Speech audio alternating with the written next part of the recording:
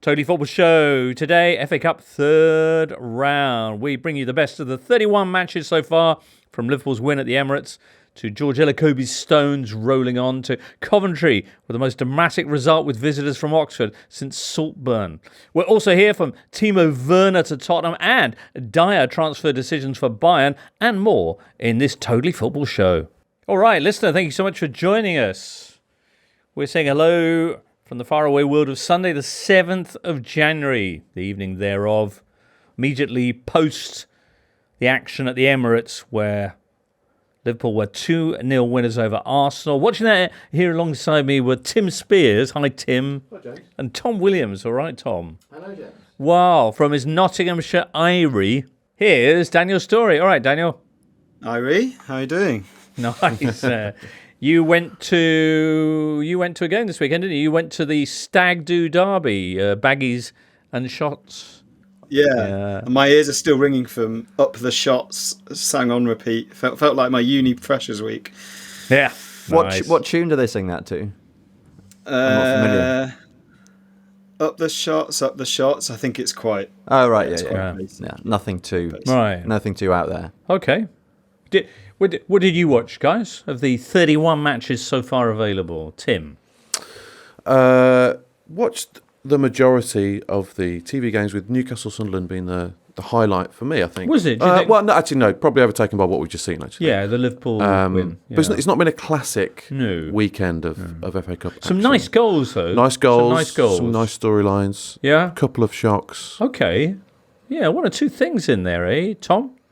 I watched Tottenham Hotspur 1, Burnley 0, Nice. which kind of encapsulated the whole weekend in that it was I wouldn't say it was a very disappointing game, but it was quite a dreary game that was enlivened by a spectacular winning goal by Pedro Porro. Manchester City 5, Huddersfield 0, which was pretty much exactly the game you thought it was going to be. And Arsenal-Liverpool, which was a very engaging way to finish the weekend, albeit perhaps not if you're an Arsenal fan. Perhaps not. Okay. 31 matches, as I say, so far. Among the headlines, lowest ranked team in the competition, Maidstone United, out of the 6th tier, but through to the 4th round after shocking Stevenage of League One with a Sam Corn penalty at the Gallagher Stadium. Yeah, I mean, obviously the biggest giant killing of the round so far. Got first slot, the prized first slot on Match of the Day on Saturday night. I felt a little bit bad for Sam Corn, the Maidstone goal scorer, because he had a wodge of tissue paper wedged into one of his nostrils. A little bit of cotton wool there, I think. A bit of cotton wool. Yeah. Obviously, it had some kind of nosebleed. And, that's probably the high point of his career.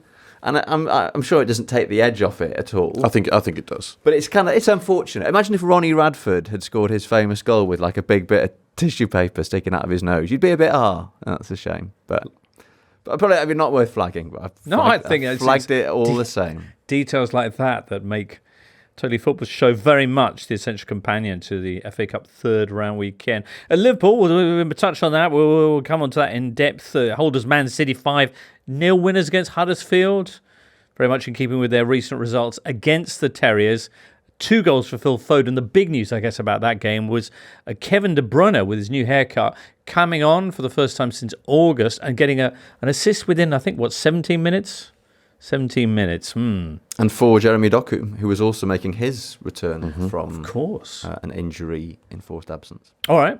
Tim enjoyed Saturday's Wear Tyne derby, which turned out to be a spirited but relatively straightforward Newcastle 3-0 win over Sunderland. Elsewhere, Chelsea were 4-0 winners against Preston North End, all the goals coming in the second half. Brighton had a 4-2 win over Stoke. Villa ended their long third-round curse. They'd actually gone out at this point of the tournament in the last 7 editions, but this time they beat Borough 1-0. Late on, Matty Cash deflected shot. Championship QPR, though, did maintain their proud record of suffering the most third-round eliminations of any club in FA Cup history. They were 2-0 up against Bournemouth, but ended up conceding 3 second-half goals to secure a 50-second exit at the third-round stage. Well done.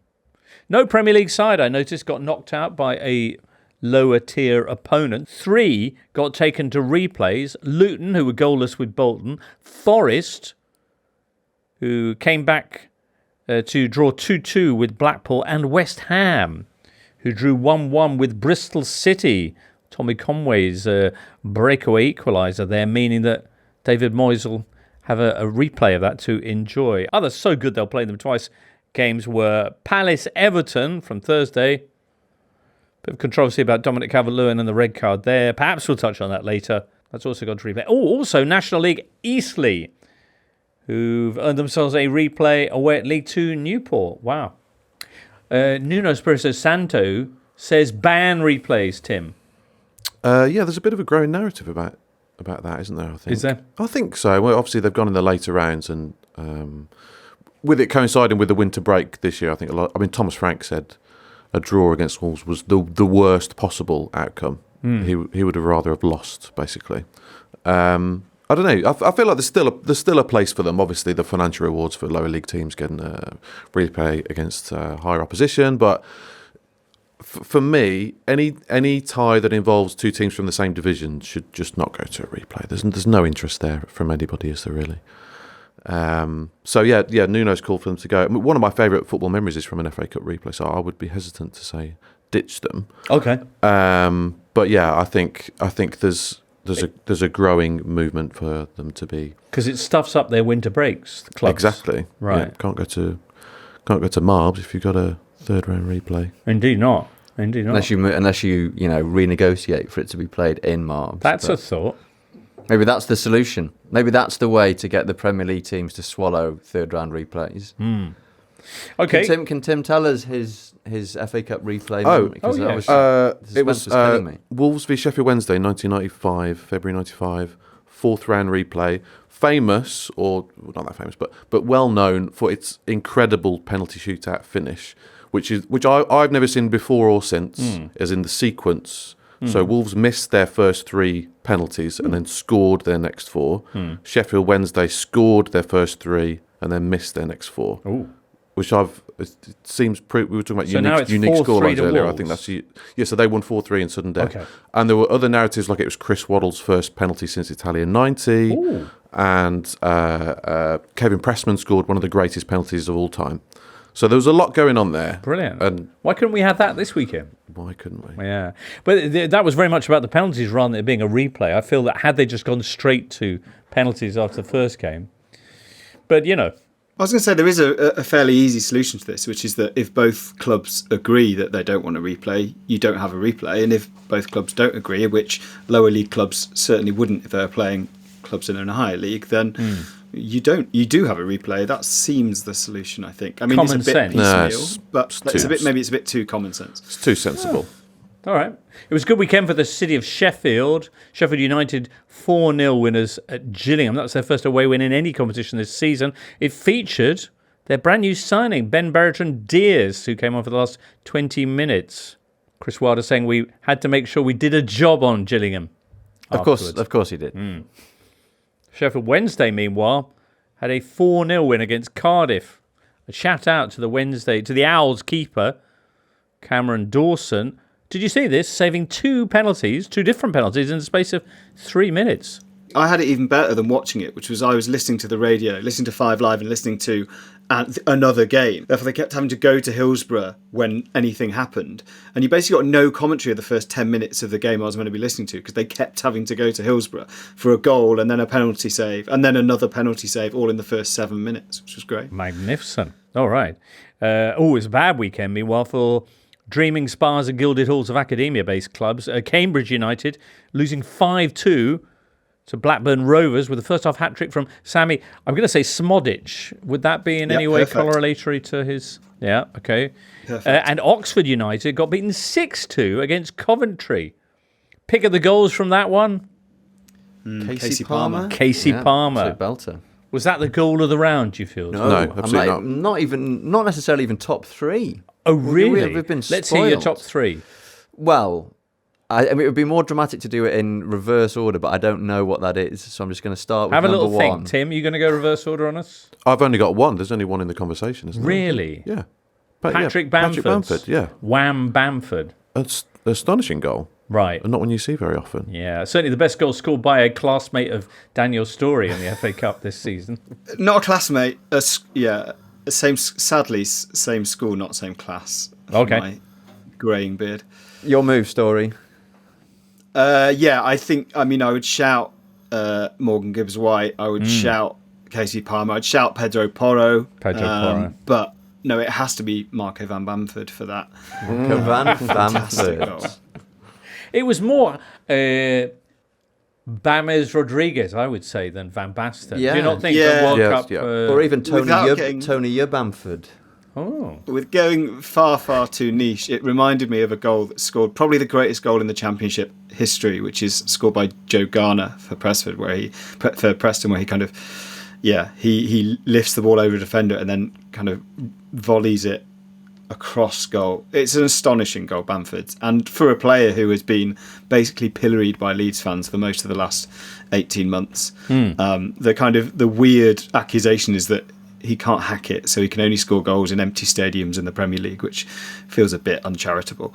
And then a kind of reminder that even just very good footballers are capable of absolutely incredible things that they pull off in training all the time, but very rarely in games. Oh my! I've just seen that Joe Garner goal. That's incredible. Yeah. The title of the YouTube video is "The Best Goal Ever Scored." It's Yeah, I uploaded it. it's That's right. Yeah. so, okay, hang on a second. Let's have a I've look. got to go around and have a look at this. I'm sure I must have seen this before. Oh yes, I mean, it's... with a little additional touch, because he chests it and then does a touch and then... and then hits. Well, it's certainly a good one, Tim. I'm not denying that. Was Bamford's goal Oh, yeah. better than Alejandro Garnacho's goal? That's the question. I don't know. I'm not sure if we can Because there was very quickly goal of the season contender talk and Puskas Award talk Right. after the Bamford goal Yeah. did the rounds on social media. But I kind of feel like Garnacho's already got goal of the season nailed. People do like an overhead bicycle kick. I can controversially, I can kind of take them all even, but people do like them a lot. I prefer this one. I kind of prefer this one. Yeah, there's more moving parts to it, which is a Yeah. mad thing to say against a goal that has a man with his feet above his head. Yeah, in and I midair, think there's but they're on- an impudence to this. I can just about fathom seeing a ball flying in at that kind of height and thinking I'm going to have to fall over and fling my foot at this. But to chest and then think, I'll just spin and volley this, especially when you've got the kind of track record that Patrick Bamford's got. Anyway, there you go. Part of a 3-0 win for Leeds over Peterborough, which sees them through to the fourth round, where they'll also be joined by Wrexham, who beat Shrewsbury 1-0. Oh, Daniel, you went to West Brom Aldershot. We mentioned that, and that turned out 4-1 for the Baggies. 4-1. Yeah, I had the option of doing a preview of one and going to another in terms of big shock potential, and I did the preview of Maidstone and went to the Hawthorns, which turns out to have been a bad decision. But yeah, it was a very, very routine win. There were 5,000 Aldershot fans there, though, which was great, and they probably made up about a third of the attendance at the Hawthorns. My big bugbear this weekend is, when will Championship clubs learn that you should just give season ticket holders the first round of cup competitions free with their season ticket, so that the ground is not the home end is not half empty for a really good game. Shout out to Tom Fellows, a 20-year-old winger, only started twice in the Championship, and he was by a mile the best player on the pitch. So he is a one to watch. Very good. Also, in among the games already played, you had Ipswich beating AFC Wimbledon 3-1, but lots of stuff happened. Let me just say, to round this chunk off, that the draw for the fourth round will be happening just before the 32nd game of the round, which is Man United at Wigan on Monday night. Daniel, Maidstone, you did the preview on their clash with Stevenage. Can you offer some perspective on what Saturday's win represents? Yeah, so this is this club's first appearance in the FA Cup third round, but Maidstone have been in the third round before, but in 1992 went out of business just as the Premier League formed. They went out of business because they got promoted to the Football League, couldn't use the ground, Debts eventually spiralled. Someone threatened to take them to the northeast of England and move the club, weren't allowed, and eventually they went bankrupt. And ever since then, they started in the fourth tier of Kent football. So they were demoted about 10 divisions. And they've kind of that's 10 division. No, I'm just curious. It's the fourth tier of Kent football. That's 10th tier, is it? You think? So yeah, they basically had 3 promotions to get to the Isthmian League system. So it's a huge drop. They took over a youth club effectively, and then changed their name to Maidstone United and worked their way back. And they've still not got back to the Football League. They've been in the National League a couple of times. But I mean, in purely monetary terms, they've earned 125 grand prize money before Saturday. I think they've doubled it after Saturday. What does that represent? I always like a comparison with their annual budget. Exactly. Build a new clubhouse. What? It was very much that. Well, they've actually got a newish stadium. They moved into the Gallagher Stadium in 2012. It took them 24 years, I think, to get home. 24 years without a ground, without playing football in Maidstone. Yeah, and yeah, their manager is the incredibly affable and friendly George Elokobi. They've got Craig Fagan, who I spoke to last week. He's their assistant manager who's at Hull when they're in the Premier League.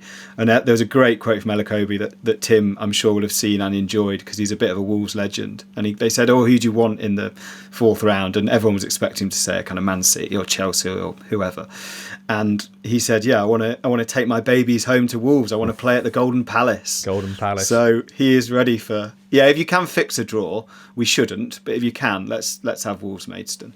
Has anyone ever referred to Wolves as the Golden Palace before? Yeah, it's the nickname for the stadium. Right. Although my friends use it as a stick to beat me with, because they say it sounds like a Chinese restaurant. I mean, it does. It does. Yeah. So I don't use it. I'm going to the Golden Palace tonight. Yeah. My hopes are already soaring, and then it turns out. Oh well. Okay. Hey, let's get on to a little bit more of a in-depth look at what happened at the Emirates Sunday afternoon next.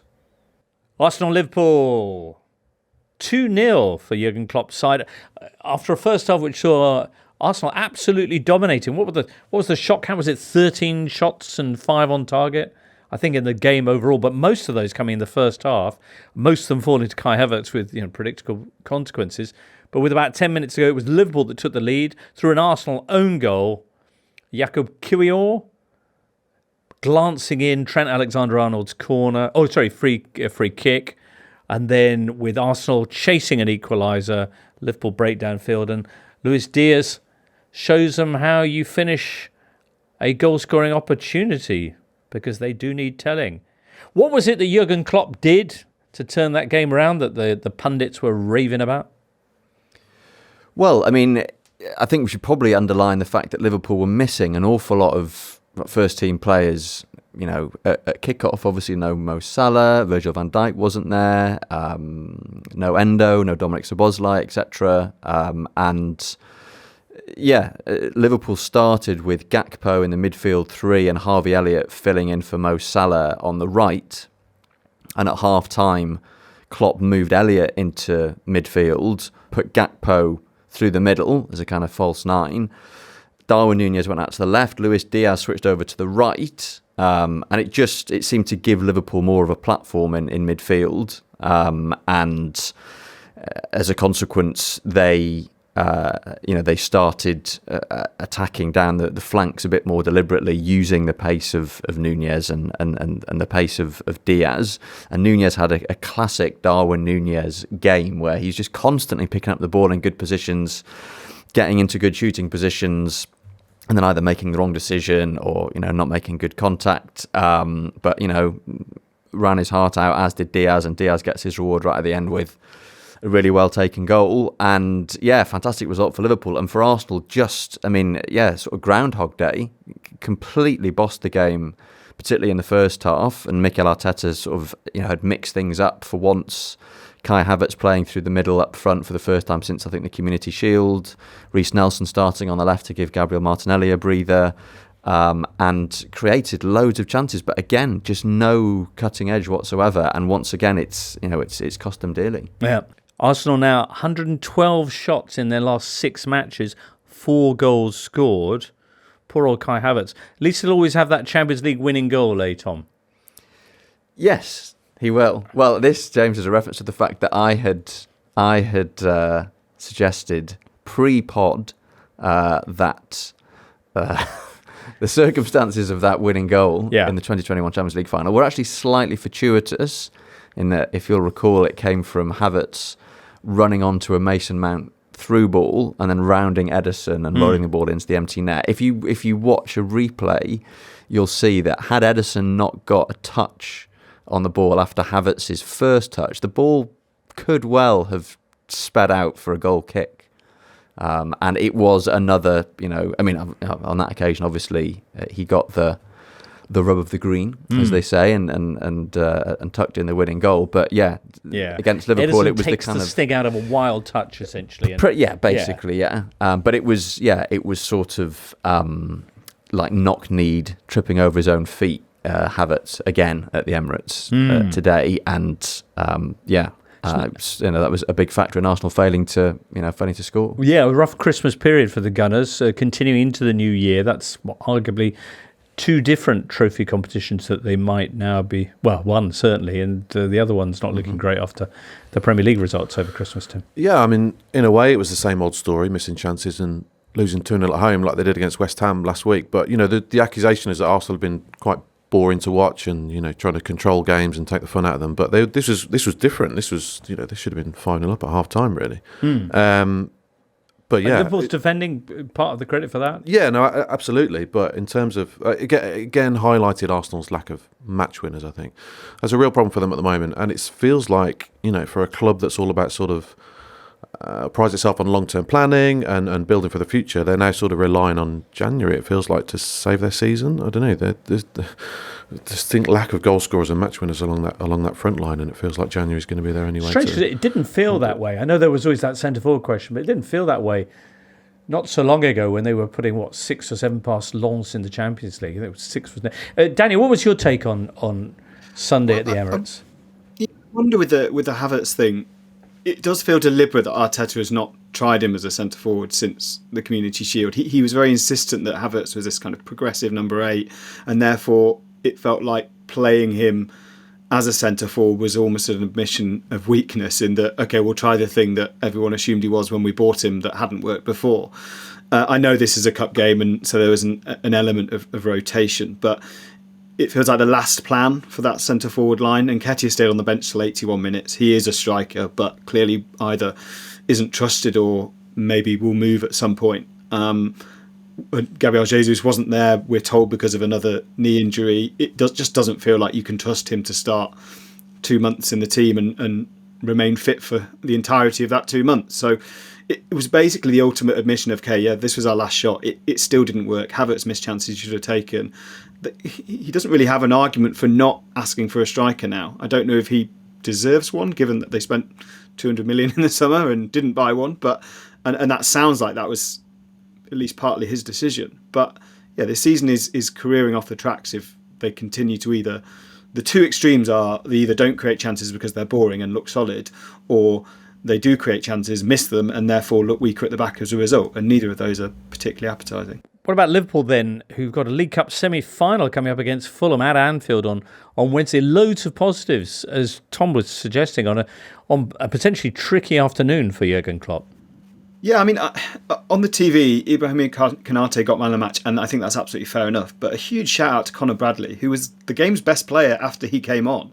I thought when that Martinelli change happened, and he immediately rinsed Trent twice and could have set up one goal in that time, I thought that was going to be the game, because they were looking for that massive switch over to Martinelli to run at the defender.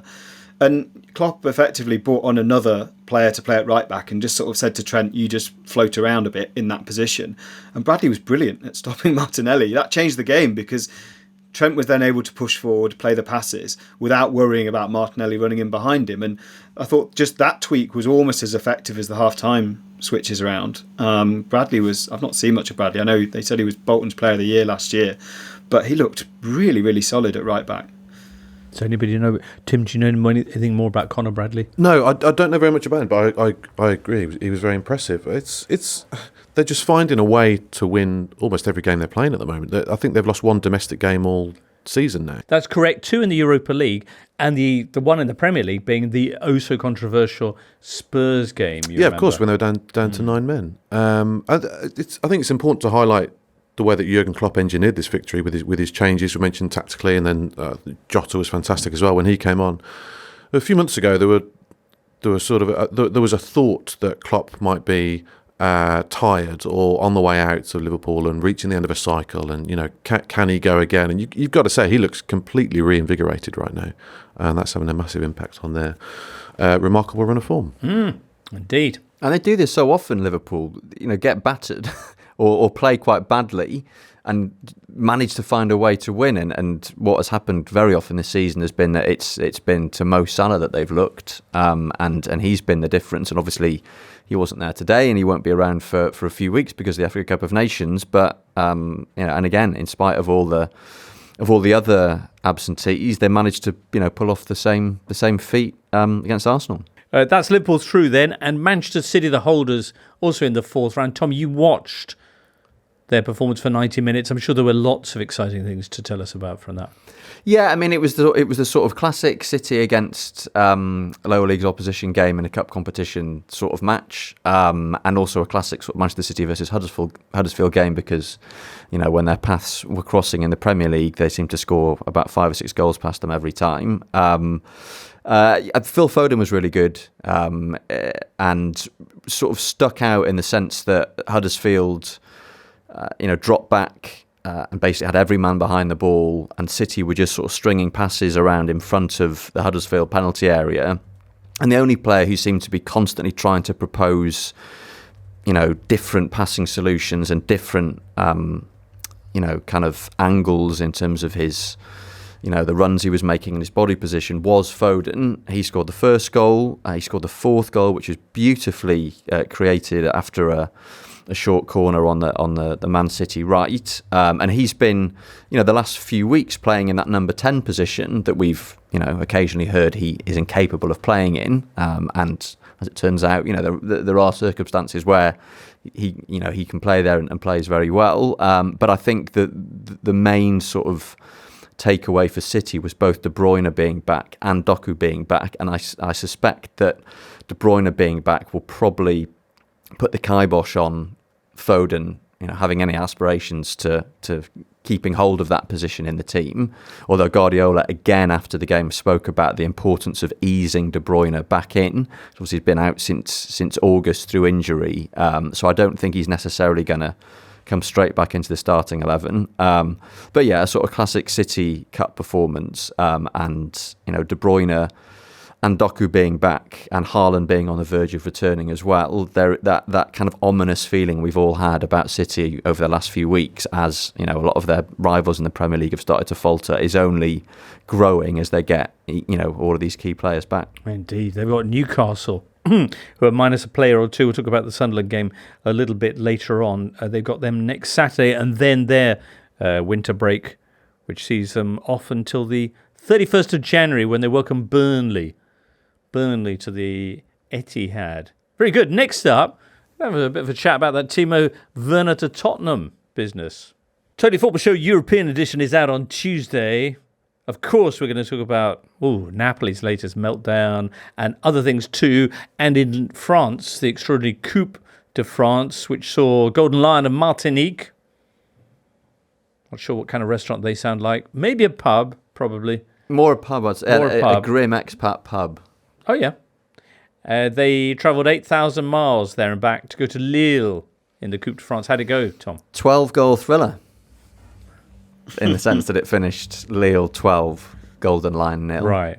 The Coupe de France also featured this weekend one of the worst Panenka penalties ever taken. Can confirm. Which was the oeuvre of a certain Antoine Mille, playing for Châteauroux, and their game went to a penalty shootout against Les Herbiers, who reached the Coupe de France final in 2018, I think it was, and he took a Panenka that was so bad it bounced before it reached the goal, and the goalie walked out, was able to walk out, pick it up, and then ran right up into Antoine Mille's grill to rub it in, because they really don't like being Panenka, do their goalkeepers? So, no. bit of revenge for the goalies there.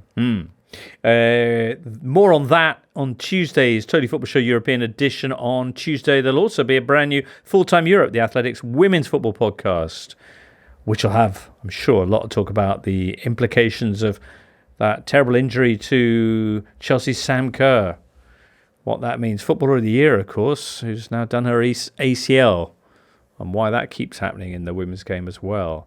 Anyway, now, Spurs 1-0 winners over Burnley on Friday night. Tom, I think you watched this. Was that right? Was it Tim? Tim, you watched this? I think we both did. Did you both watch it? Yeah. Quite the goal from Pedro Porro, as we've mentioned. But the big news, I feel, coming out of N17 of late is Spurs' audacious loan signing of Timo Werner from RB Leipzig. Not sure if this is officially confirmed, but I don't care. I'm too excited because this is the kind of January move that really sets the imagination alight. Daniel, it couldn't work, could it? Well, yeah. I mean, on paper and on logic, it is a team that Heung-min Son aside struggles to finish their chances and score goals. Signing a striker who we already know in the Premier League struggles to finish chances and score goals, but looks very busy, which is also a kind of, you sort of amalgam all of Spurs' other forwards other than Son and basically get Timo Werner. DNA. So maybe it is a kind of, Spurs DNA. Look, he's the positive spin is that he needs the move. He's not really done much at Leipzig this season at all. And he's a kind of free hit, I suppose, and Son's not there, so he's a body.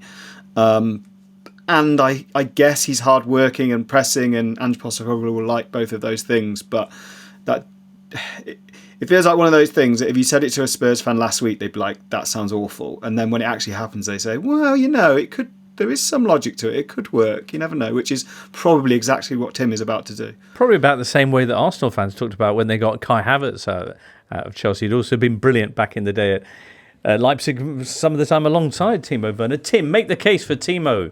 I mean, I guess they're getting a motivated player. He's dropped out the Germany squad. The Euros is coming up. He could do with a good run of form. He will get minutes. He will get, with Son being away till possibly mid-February. There's a big chunk of games coming up.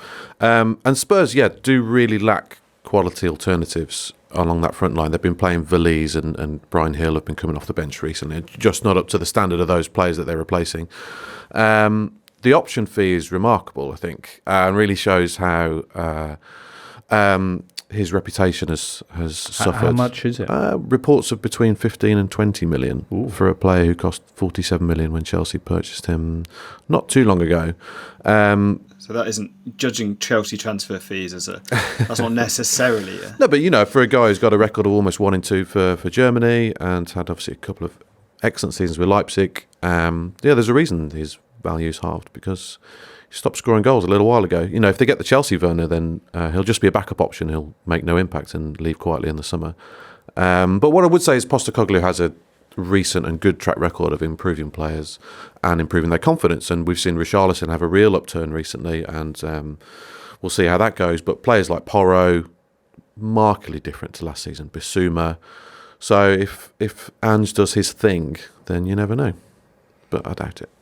But if he's better than he was at Chelsea, Spurs fans will love him. They'll see that as great banter. So, All right. Also this weekend, the letters WT and F coming in for industrial usage across the land, with news that Eric Dyer's on his way to Bayern. Daniel Schofield tweeting, Harry wants somebody to play Hungry Hippos with. Is that fair? Is there motivation enough, I would say, but any other? I know Bayern are light at the back. Yeah, and he will not be tested, I suppose, in the same way. There was a very good central defender in Eric Dyer. It was quite a long time ago. It was probably 2018, 2019. There was a very good defender in there. He definitely needs a move. There's no doubt about that. And probably away from... the obvious example of you being upbeat about this is Chris Smalling, who was given fairly short shrift by fans in England and fans of the England team, and hasn't managed to break back into the England squad, but is having a lovely old time in Italy. Certainly compared to his time or last 6 to 8 to 12 to 18 to 24 months in England. Dyer will be after the same. It's very much a kind of career renaissance move. And again, it's as with Werner, I suppose it's a kind of shot to nothing. If it doesn't work out, it's not going to be a hugely expensive move. The Kane factor is obviously a thing. They're pretty good mates. That seems a fairly good way of keeping Harry settled as well. And if that's all it ends up being, then maybe that's worth it. But yeah, he certainly needs that career reboot. It's pretty telling that, I know Postecoglou was pretty angry about suggestions that he was being left out because he's moving, but he's been left out for all sorts of reasons over the last year under 3 different managers. So it's not going to happen for him at Spurs. It's a pinch yourself move for him, and kind of good luck to him. He has remained pretty professional. He's not throwing his toys out the pram. He's clearly going through a bad time of it, but look across at England's defensive partners, and Harry Maguire quickly turned it around. So why can't he? I guess. Very nice. And this potential transfer has yielded what is unquestionably the most brutal one-word quote of the entire season, in that Ange Postecoglou was asked after the Burnley game whether, in light of Ben Davies potentially being injured, he could afford to lose Eric Dyer. And I think the question was, looks like Ben Davies is going to be out. Can you really afford to lose Eric Dyer with Ben Davies out? Postecoglou just replied, yes. There you are. We really do not need or want him. So. Right. Possibly heading in the opposite direction in terms of coming into the Premier League or back to the Premier League, Jordan Henderson. According to reports, after his move, how long ago was that? 6 months ago? Was it 6 months? Yeah. Ago that he moved to Al Ettifaq. Solved it, hasn't he? Yeah. That quickly. He's changed attitudes in Saudi Arabia. There's nothing left for him to achieve there. Yeah. Who do you think might want him? Do you think he'll find a home in the Premier League? Who can afford him if he's going to take an almighty wage cut? It smacks of Nottingham Forest, if I'm brutally honest. But I mean, maybe Fulham. If João Palhinha goes to Bayern, would that be a potential option for him? I don't think he can be choosy. I don't think there will be many takers, but Fulham seems like, Fulham or Crystal Palace, maybe someone that's slightly struggling, that maybe needs a body in, needs a lot of pointing done. I just don't get it, and I feel like the news has clearly leaked from his side. I think it's fair to say he's clearly pretty disillusioned with how the move has gone. I cannot believe he didn't predict some of those problems. There's kind of, one of the reports I read sort of said that it's very humid and hot, and I thought, yeah, it'll do that out there. But I don't know. He like Werner has probably sees himself dropping lower in that England pecking order and thinks, well, I've got to try something. I'm sure a Premier League club will take it, but it would be a foolish move, I think, given the probable wages. But yeah, I hope I'm wrong that it smacks of Forest. That's me being flippant. I don't think he'll go there, but yeah, I don't really see where there's an obvious fit unless it's an MLS move or something like that. All right. Well, back to this weekend's action in the FA Cup then. A couple of big games that we haven't referred to. I was going to mention here the Sunderland 0, Newcastle 3, and also maybe Chelsea's fine second half against Preston North End. But maybe there's another match that you guys would like to bring up at this point. Yeah, the only thing that stands out, and this is from the highlights rather than from having watched the game, but I thought Chesterfield looked excellent against Watford. Seemed to knock the ball around really, really nicely. Loads of one-touch passing and third-man runs. And yeah, we're 1-0 up at Watford with 15 minutes remaining and then let 2 in late on. Obviously, Chesterfield, FA Cup pedigree. But yeah, played some lovely stuff, and it seems that they could count themselves unlucky not to have got at least a replay there. Right, the Spierites. The Spierites. Spierites. Okay, we should also point out, Wrexham beating Shrewsbury away, league above, but also this is one of the lesser known derbies.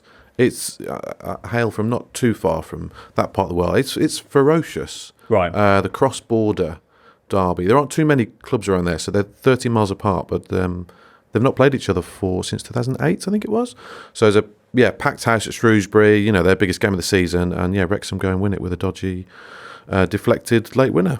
Was that what it was, Tim? It was, and they'll be an interesting name in Monday night's draw for sure. Indeed so. All right, as will Chelsea, who had that 4-0 win over Preston North End, who are currently 14th in the Championship. Breuer among the scorers.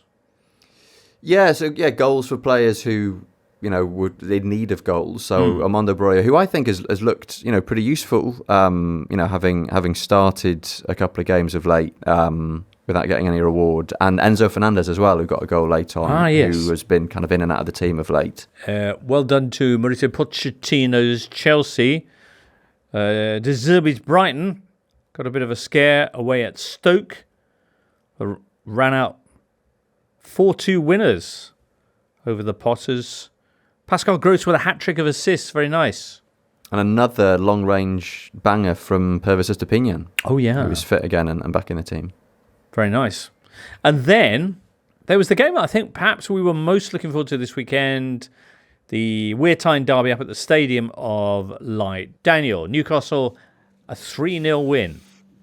Yeah, and they were miles better than Sunderland. I know there was a kind of sort of haunting feeling when that draw was made amongst Newcastle fans and possibly by Eddie Howe as well, because they've lost 6 in a row to Sunderland. It was much easier not playing them than playing them, but the gap was chasmic. It was enormous. I was really disappointed with Sunderland, actually. I know Michael Beale likes to sort of play out from the back, and I get that that's his philosophy, but you watch that game and my overwhelming feeling was Tony Mowbray's Sunderland would have given these a much better game than Michael Beale's Sunderland did, because they made mistakes. They didn't touch Newcastle because they just kept the ball in their own half. And what that sort of game needs is the underdog to play with a real intensity and go direct, make challenges, cause problems. And they didn't do any of that. They just played it as if it was like a league game against a better team, and they got battered. And I